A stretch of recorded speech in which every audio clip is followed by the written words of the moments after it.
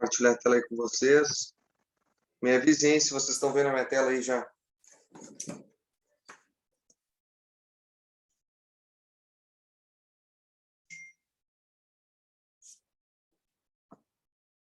Pessoal, vocês estão vendo a minha tela? Sim. Beleza, então. Bora dar continuidade aí na nossa matéria, então. Vou pela trás aí, pessoal, é que a internet não estava conectando, mas deu para conectar aqui. Então, pessoal, hoje a gente vai entrar em um assunto novo, né? Tem que dar sequência na nossa disciplina.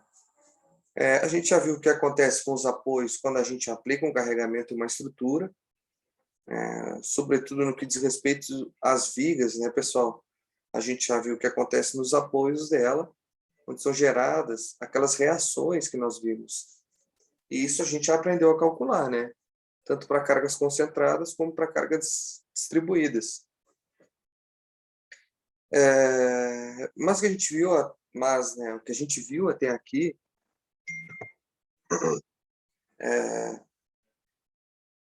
esforços externos, né, ao nosso elemento estrutural, o que a gente viu são esforços internos no nosso elemento estrutural, né? São esforços internos. E ainda existem, pessoal, esforços internos, né, que agem sobre esse elemento, ou melhor, né, que os esforços internos numa estrutura, né, eles agem lá dentro do material mesmo, ao contrário daquelas cargas que a gente viu, que são externas. Então, os esforços internos de um elemento estrutural, na verdade, eles caracterizam as ligações internas, né, as tensões lá internas que seguram o material até ele se romper.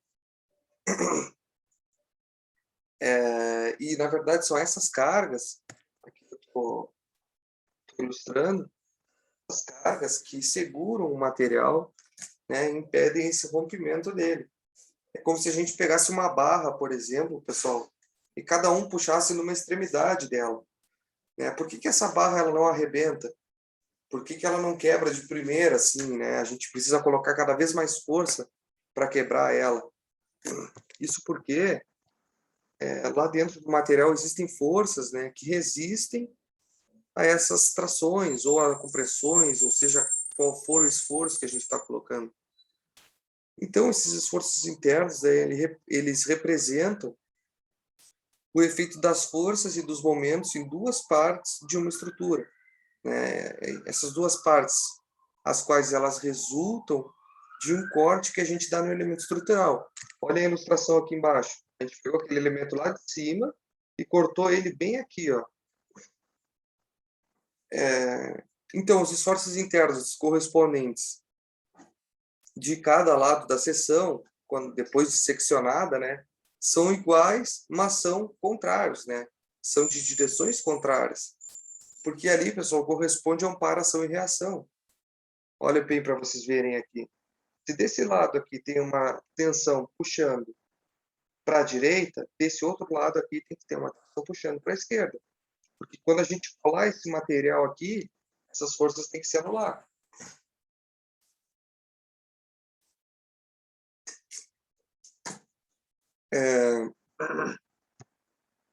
Então, eu já tinha dito para vocês lá no início, quando a gente vai projetar um elemento estrutural, uma das coisas mais importantes que a gente tem que fazer é determinar esses esforços, né, que ocorrem no interior do elemento, de tal forma que a gente consiga projetar um material que resista a essa carga, né? Então, como é que é isso?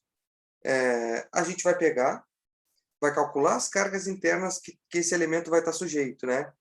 Depois, né, a gente vai ver se esse material resiste a essas cargas internas. A gente vai colocar nas equações de tensão essas forças aqui, esses momentos, e a gente vai ver se esse material vai resistir ou não.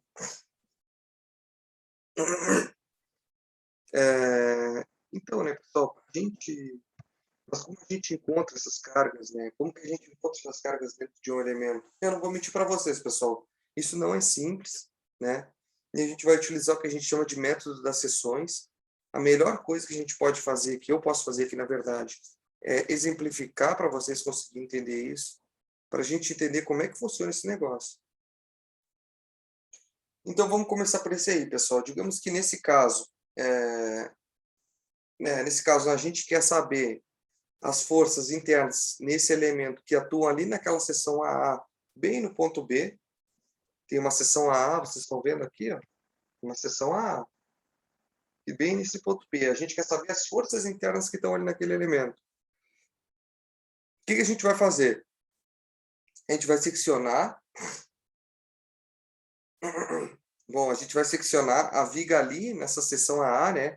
E vai virar essa ilustração aqui de baixo. O elemento estrutural ele vai ser dividido em duas partes, né? E as cargas internas agora elas vão ficar expostas, né? Porque elas vão ficar ali uma para cada lado, e aquilo ali que forma o nosso par. E essas cargas, né, elas serão externas ao nosso elemento, né? A gente vai montar o diagrama de corpo livre depois com elas, para vocês entenderem melhor. Eu tinha dito que isso caracteriza o par ação e reação. Então, essas cargas, pessoal, lembre-se disso, elas devem atuar de maneira oposta em cada segmento. Se num lado está para baixo, aqui o esforço cortante, no outro está para cima. Aí a gente consegue ver que lá dentro do material, né, existe uma força normal, que é essa força aí NB, isso é o que a gente chama de força normal, né? Também a gente tem um momento, aí que é chamado de MB. Por exemplo, pessoal, quando essa carga normal ela tende no caso, a tracionar o elemento estrutural, essa carga vai ser positiva, né? Essa força vai ser positiva. E o momento, né, a gente viu que nesse lado esquerdo aqui, ó, a gente está olhando esse aqui, ó. Quando o momento está nesse sentido aqui, quer dizer que ele é positivo, né? E com relação ao esforço cortante, que é VB, quando ele está para baixo, ele é positivo lá, depois quando a gente aplica aquelas equações aqui as equações de equilíbrio. Bom, então olhando um pouquinho mais de perto, ali naquela parte esquerda da viga, olha só, pessoal. O corte em uma situação onde a gente tem uma figura 2D ali do lado esquerdo, né? Esse tipo de corte resulta em 3 componentes internas, que eu já tinha falado para vocês, V, que é o esforço cortante, M, que é o momento fletor, e N, que é a força normal. Só que essas cargas, pessoal, o que difere essas cargas daquelas outras? Elas são cargas internas, que existem dentro do material, e elas só aparecem quando a gente dá um corte na seção do material. E já quando a gente está falando de um elemento em 3 dimensões, onde a gente tem as componentes x, y e z, né? Aí surgirão mais cargas. Vai surgir uma carga normal aqui no eixo y, uma carga cortante em z, outra carga aqui, vx, que é cortante em x, né? Também tem um momento aqui. Opa, aqui, ó, tem um momento mx. Esse momento é do tipo fletor, né? Ele tende a fletir esse elemento estrutural. O elemento MY, ele é diferente, ele tende a torcer essa seção em vez de fletar ela, e o momento MZ, ele também flete, no caso, o elemento estrutural, né? Mas, pessoal, aqui a gente não vai abordar 3D, a gente vai se limitar aqui a essa abordagem 2D, que é mais convencional.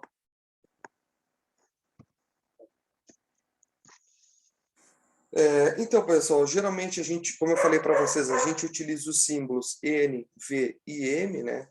Então, o N ali, que é a força normal, o N, né, quando ele é positivo, ele causa tração. Observem aqui, pessoal. Olha, o N, quando ele é positivo, ele causa tração. Então, ambos aqui são positivos, olha. Esse lado, esse lado esquerdo, quando o N tá saindo, ele é positivo. E desse lado, quando o N está saindo, ele é positivo também, né? Porque ambos são de tração aí. Só que a gente nunca vai analisar esses dois lados juntos. Travou a internet. Cara, minha internet tá ruim hoje, né, cara? Tá travando a full. Cara. Bom, qualquer coisa vocês dão um grito aí, pessoal. Então, né, ali no caso de V, olha, aquilo ali é o que a gente chama de esforço cortante, né, pessoal? Então, o V, né, quando a gente olha por esse lado aqui esquerdo, ó, quando ele está para baixo, é positivo, e desse outro lado aqui, quando ele está para cima, ele é positivo. Geralmente a gente pega sempre o lado esquerdo, eu pelo menos prefiro. Mas existem situações que a gente tem que pegar o lado direito. Agora vocês vão entender do que eu estou falando. E o M, né, ele é positivo quando ele causa uma curvatura para cima, né? Observem aqui, quando a gente dá o corte na seção e olha desse lado, se o M estiver assim, ele é positivo, né? E do outro lado, se a gente der o corte e olhar para o outro lado, se o M estiver assim, que ele vai ser positivo.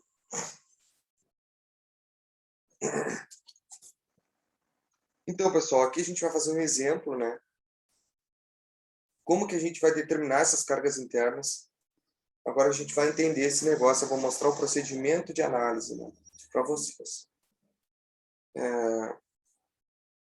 Um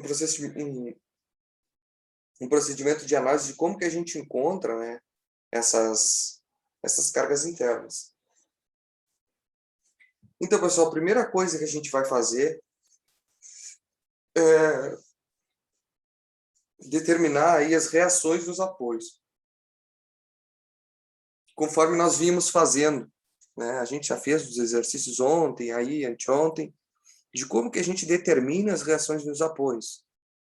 Por isso que é extremamente importante, porque a partir das reações dos apoios, nós vamos conseguir, né, determinar os carregamentos internos.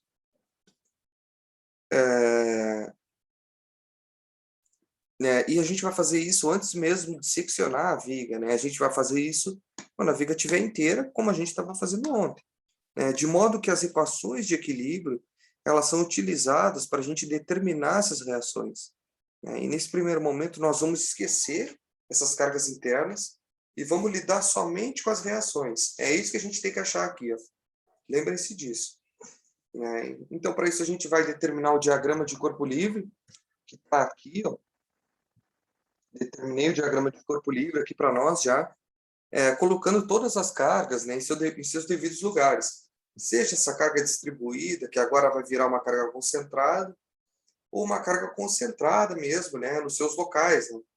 Depois a gente vai cortar esse elemento estrutural em um lugar específico ali, por exemplo, ali no ponto C ou no ponto D, a gente pode determinar as cargas naqueles pontos.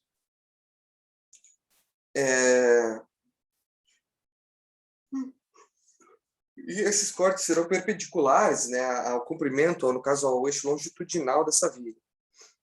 E então esse corte ele será dado bem no ponto em que a gente quer determinar esses esforços. Na verdade, não é bem no ponto, pessoal, um pouquinho para a direita, um pouquinho para a esquerda. Então, pessoal, vamos resolver isso aqui, né? Ali, o próprio exercício da apostila, ele já discretiza para nós esse problema, né? Ou seja, ele já coloca ali para nós como é que é o nosso diagrama de corpo livre, tá? Aqui, ó, em A, essa figura 56A. Ele coloca as cargas, coloca ali as reações, como é que tem que ser, né? Eu não sei se vocês perceberam, agora a gente tem um momento aplicado aqui na extremidade direita dessa viga, e ali ele já coloca, ele já faz as nossas equações, já faz o equacionamento para nós, o que simplifica a nossa vida, né? Então, primeiro ele faz aqui, eu gosto de fazer sempre por fx, mas isso é uma questão particular, né? Se vocês quiserem começar pelas outras, fiquem à vontade. Ali primeiro eu faria assim, eu faria o fx, né? Só para a gente tirar ali que o ax ele é zero. Né? Depois eu ia fazer o ay,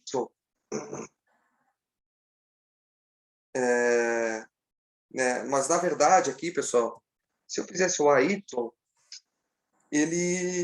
eu ficaria com uma incógnita aqui que seria by, né? Por isso que ele fez primeiro aqui, ó, o somatório de momentos, onde a referência para o somatório de momentos foi aqui, ó, ponto A.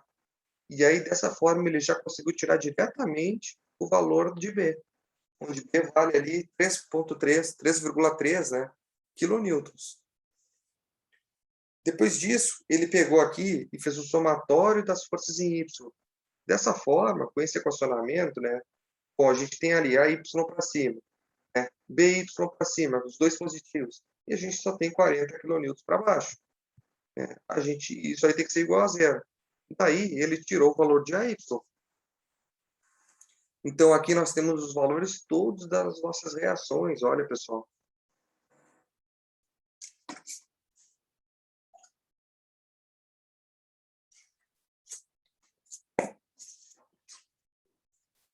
Alguém tem alguma dúvida aí com relação a esse diagrama de corpo livre e o valor dessas reações? Ali no primeiro, no MA lá, BY é 6 metros, que seria Aham, 6 metros, sim, mais 60 quilonewtons. sim. Esse aqui, ó, 60 quilonewtons, que está Tá. aplicado. Porque o ponto tá no AX lá. Não, não, aí é que tá. Aqui, olha só. Isso aqui não é uma força, entendeu? Isso aqui é um Hum, momento que já está sendo aplicado. Então, tu não precisa multiplicar isso aqui por uma distância. Isso aqui já está sendo aplicado, já é um momento puro. Lá no início eu tinha falado para você, isso aqui é flexão pura, que a gente chama.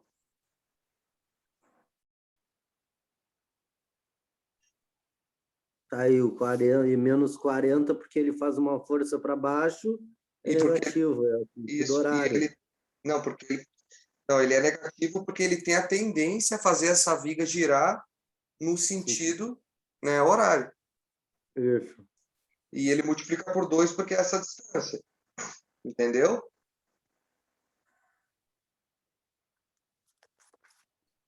Tá, mais ou menos entendi. O que que tu não entendeu, Rafael? Pode Não, dizer. é os 6 metros mais os 60, por quê? Mais Por- 60. Porque o 60 é um momento puro. Ele já está sendo aplicado ali um momento. É como se alguém tivesse colocado a mão aqui e está girando aquilo ali. Está tentando girar. Entendeu? Ele está Uhum, aplicando um momento puro.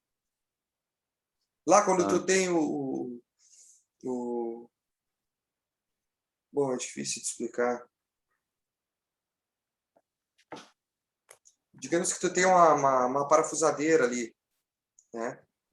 Uma parafusadeira, ela aplica um momento puro, né? Não tem braço de alavanca. O que Sim, tu tem é um momento puro lá sendo aplicado.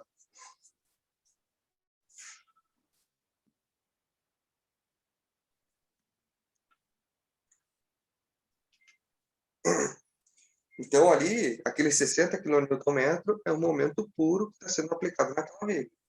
Né? E olha o sentido dele, né? Ele faz com que essa viga flete para cima. Né? Então, ele é positivo. positivo. Tá. Se ele tivesse... Olha como é que fica o diagrama de corpo livre aqui, Rafael. Baixo. Aham. Copiem aí, pessoal, esse diagrama de corpo livre e também essas equações aí.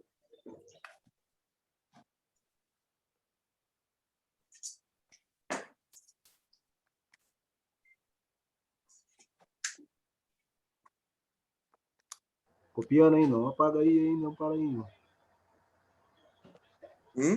Como é que é, Pedro?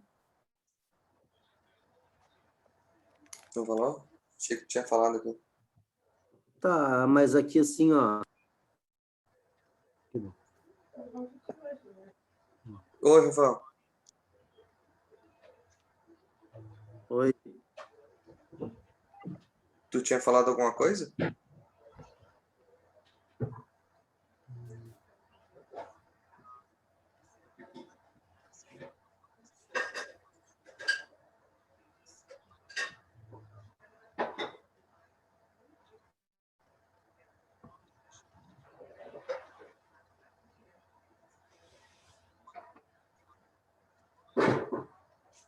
E, Rafael, tu tá falando alguma coisa aqui ou...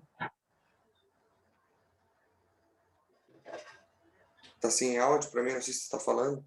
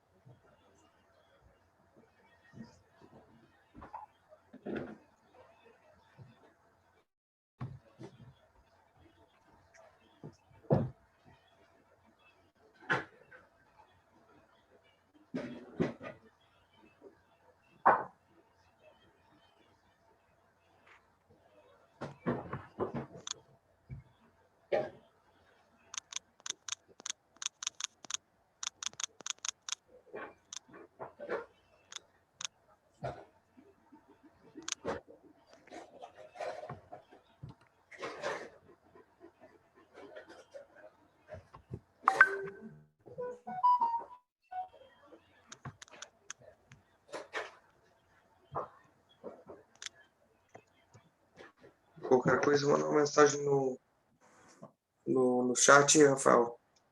Ou sai e entra de novo para ver. Bueno, pessoal, alguém tem alguma pergunta aí sobre esse equacionamento do diagrama de corpo livre?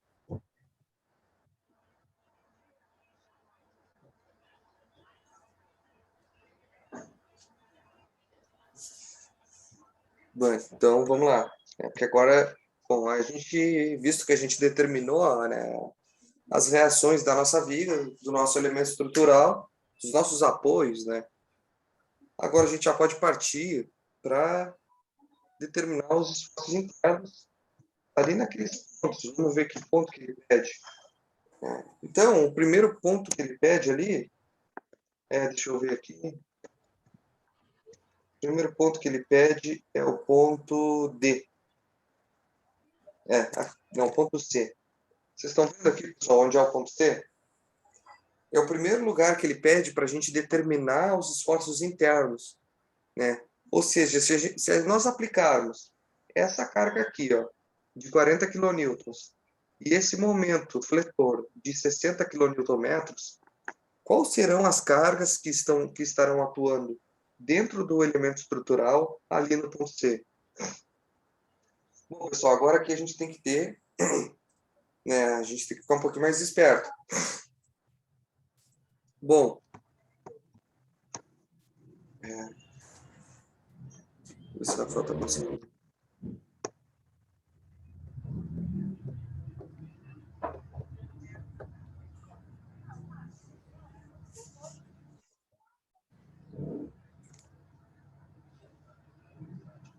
Aí, Rafael, tá conseguindo me ouvir O agora? celular.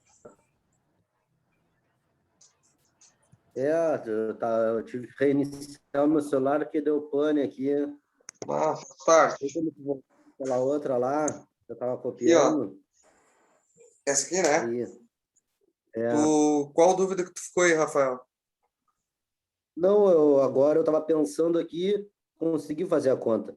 É 6BY, aí tu faz 40 vezes 2 menos os 60, dividido por 6, que vai dar BY, que dá 3,33. Não. É quase isso, quase isso. Olha só, o 60, ele é positivo. Olha o sentido do momento aqui. Esse momento aqui aplicado, ele tem a tendência a fazer a viga fletar para cima ou para baixo? O quê? 60? O 60 kN aqui. Ele faz a viga fletar para cima ou para baixo? Ela faz ela ir para baixo. Não. Não faz. Botar o dedão no giro. Não, esse aí é diferente. Isso é um momento puro. Olha só, Rafael. Tô aqui com o meu caderno, olha aqui. Olha só, aquele momento ele tá assim, ó. Tá vendo? Tá. Tá vendo? Se ele tivesse para baixo, ele seria assim. Mas olha, tu tá vendo que ele tá assim lá na ponta da viga, né? Tá assim. Tá. Então ele faz a viga fletar para cima ou para baixo? Cima. Para cima, né? Olha só, ele está levantando as abas da viga, olha. As abas das extremidades. É para cima. Então, ele é positivo. Sempre que ele fizer isso, ele é positivo. Aham. Vou pegar aqui. E aquilo ali não é força, é momento.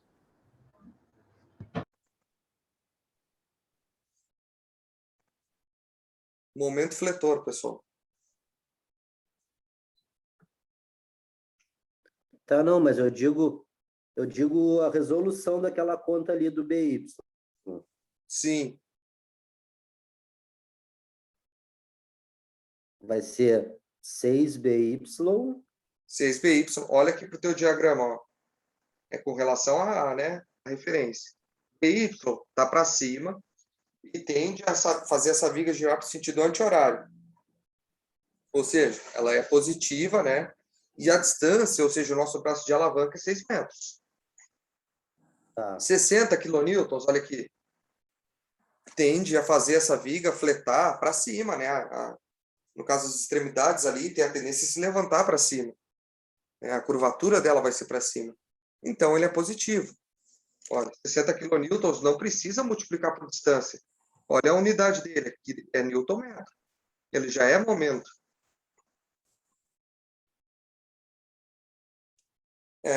E aí o 40, não, o 40 é o contrário, né? Que é 40 quilonewtons ali.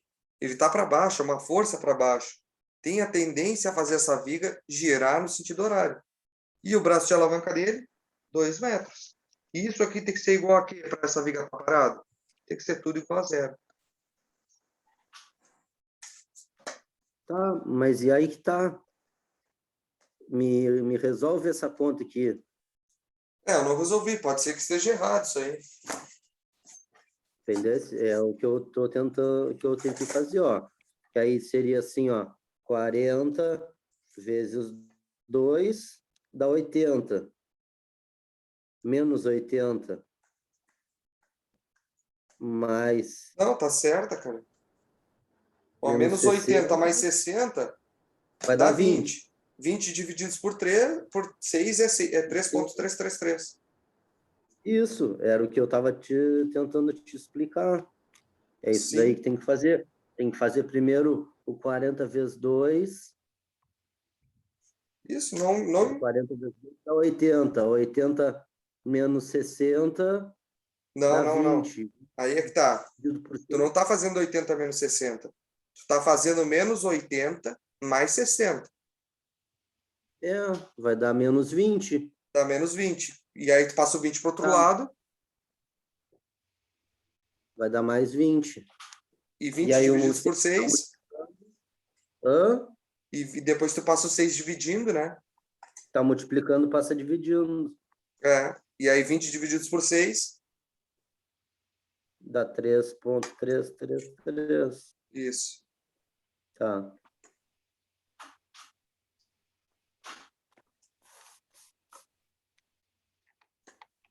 E aí depois ali tu faz o somatório em Y e sai o resultado de AY já.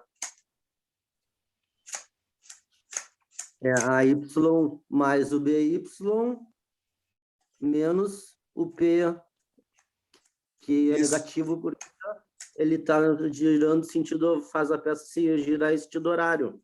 Não, porque ele está apontando para baixo. Agora não tem a ver com giro, né? É mais momento. Agora a gente está falando de forças, né? Então não tem a ver com giro.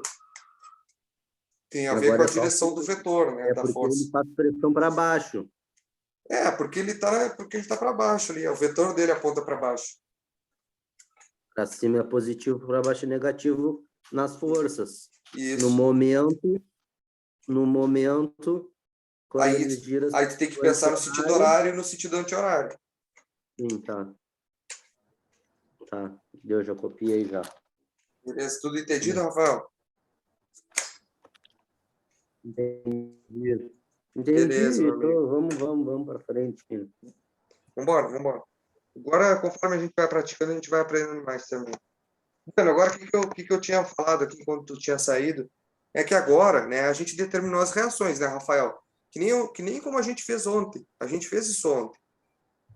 Né? Então, só que agora a gente está interessado nas forças internas do elemento. E aqui a gente vai achar as forças internas para alguns pontos. O primeiro ponto que a gente quer determinar as forças internas é aqui no ponto C. Pessoal, esse ponto C, ele está localizado de tal forma que ele está um pouquinho à direita, dessa carga de 40 newtons. Vocês conseguem entender isso aí? Ele está um pouquinho só um pouquinho. De forma que quando a gente der um corte naquela seção ali, né, a gente vai ter todo esse lado aqui, ó. A gente vai ter do 40 kN para a esquerda, até aqui. Olha só como é que ficou o nosso elemento estrutural. Ó, aqui está o 40 newtons, olha. Tá vendo? E aqui, ó, a gente pegou do 40 newtons, né, do pontinho aquele, que é o ponto C, ele está bem aqui, ó, até o fim, até a extremidade dele, né? Então, a gente desenha o diagrama de corpo livre do segmento, né? E a gente pega e coloca as cargas que a gente quer saber. Quais são as cargas internas que a gente quer saber, pessoal? Eu já falei para vocês. Força normal, força cortante e momento fletor. Ó, força normal, a gente vai arbitrar para fora, apontando para fora, saindo, olha, esse NC. Esforço cortante, a gente vai arbitrar apontando para baixo. A força cortante é uma força que passa assim, ó. Ela tem a tendência a cortar o elemento, que é o VC. E o momento que está no ponto C é esse MC aqui, ó. A gente não sabe a gente não sabe, né, se NC, VC ou MC são zero, né, correspondem ao valor zero. Mas a gente precisa calcular para ver isso aí. A gente precisa ver quanto vale aquele esforço interno, né? E esse segmento ele vai ser até arbitrário. Tudo depende do lugar dessa viga onde a gente quer determinar as forças internas, né? E agora, pessoal, depois da gente fazer isso aí, a gente vai aplicar as equações de equilíbrio para descobrir essas cargas internas. Então, olhem aqui, pessoal.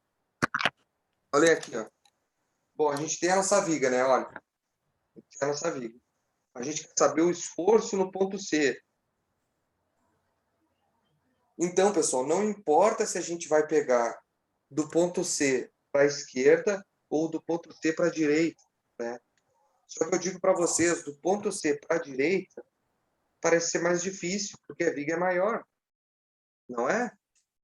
A viga é mais comprida, tem mais distância, tem esse momento aqui, ó, que incomoda. Então, vamos pegar aqui do ponto C para o lado esquerdo. Se a gente pegar esse segmentinho aqui, pessoal, que vai de A a C ali, ó. Olha, é esse aqui, ó. E aí eu fiz um diagrama do corpo livre ali. Me digam aí se vocês entenderam esse diagrama de corpo livre.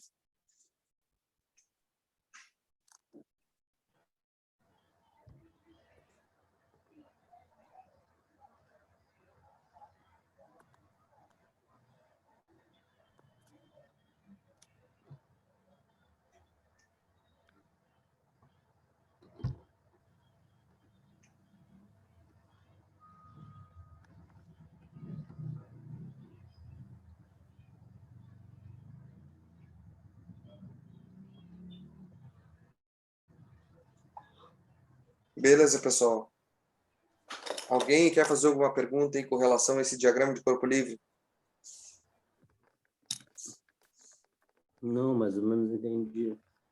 Beleza. Isso aqui são cargas arbitrárias, né? É só para a gente saber o que está lá dentro. Então, a gente arbitra lá esse tipo de carga aí, VN e MC, né? Para a gente ver se existe lá dentro isso aí, para ver se existe isso lá dentro do nosso elemento estrutural. Então, primeiro, pessoal, depois que a gente colocou os vetores aqui, né? A gente representa essas cargas externas aqui, que tem nessa parte, nesse segmento que a gente ficou, nesse segmento que restou. Então, ali, pessoal, se vocês perceberem, a gente deu o nosso corte aqui, ó, de A a C, a gente deu um corte aqui, a gente ficou com todo esse segmento aqui. Ó. O que tem lá, ó, no diagrama de corpo livre? O que tem do ponto C até o ponto A? A gente tem 40 kN para baixo, a gente tem uma distância de 2 metros, né, de um ponto ao outro. tem a Y e tem a X. Olha lá no segmentinho, temos a Y, temos a X, temos 40 kN, temos 2 metros, e agora a gente tem que colocar as forças internas do elemento. Então, para descobrir as forças internas, como que a gente descobre isso? Vamos aplicar as nossas equações de equilíbrio, né? E a gente vai descobrir os valores dessas cargas internas. Primeiro, pessoal, vamos descobrir se existe uma força de tração lá dentro do nosso elemento estrutural? Bom, isso basta a gente fazer um somatório das forças em X, da mesma forma que a gente fazia antes.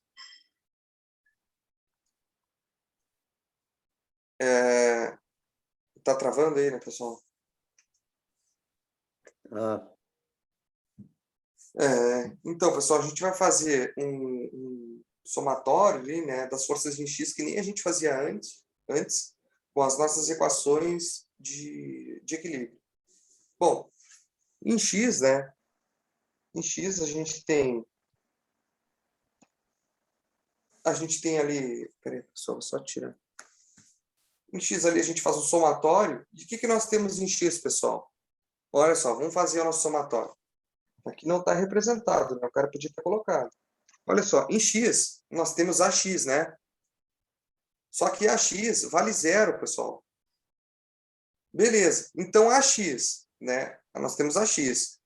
Em NC, em X também nós temos NC, né? E os dois estão apontando para o lado direito, para o lado positivo de X. Então a gente vai fazer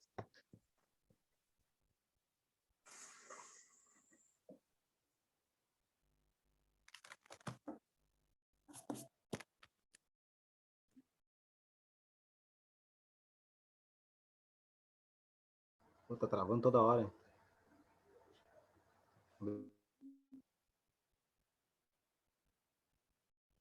Alguém tá me escutando ou não? eu tô, tá travando mesmo. Olha, travando as ideias. Aí a X é igual a 0.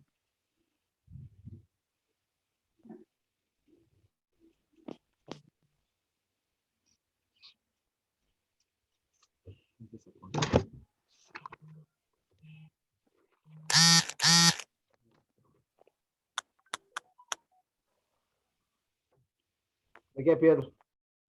E aí? Tranquilos? Travou, professor? Sumiu? Ah? Sumiu, professor? Me pediu para guardar uns minutos, né? Copiar isso aí.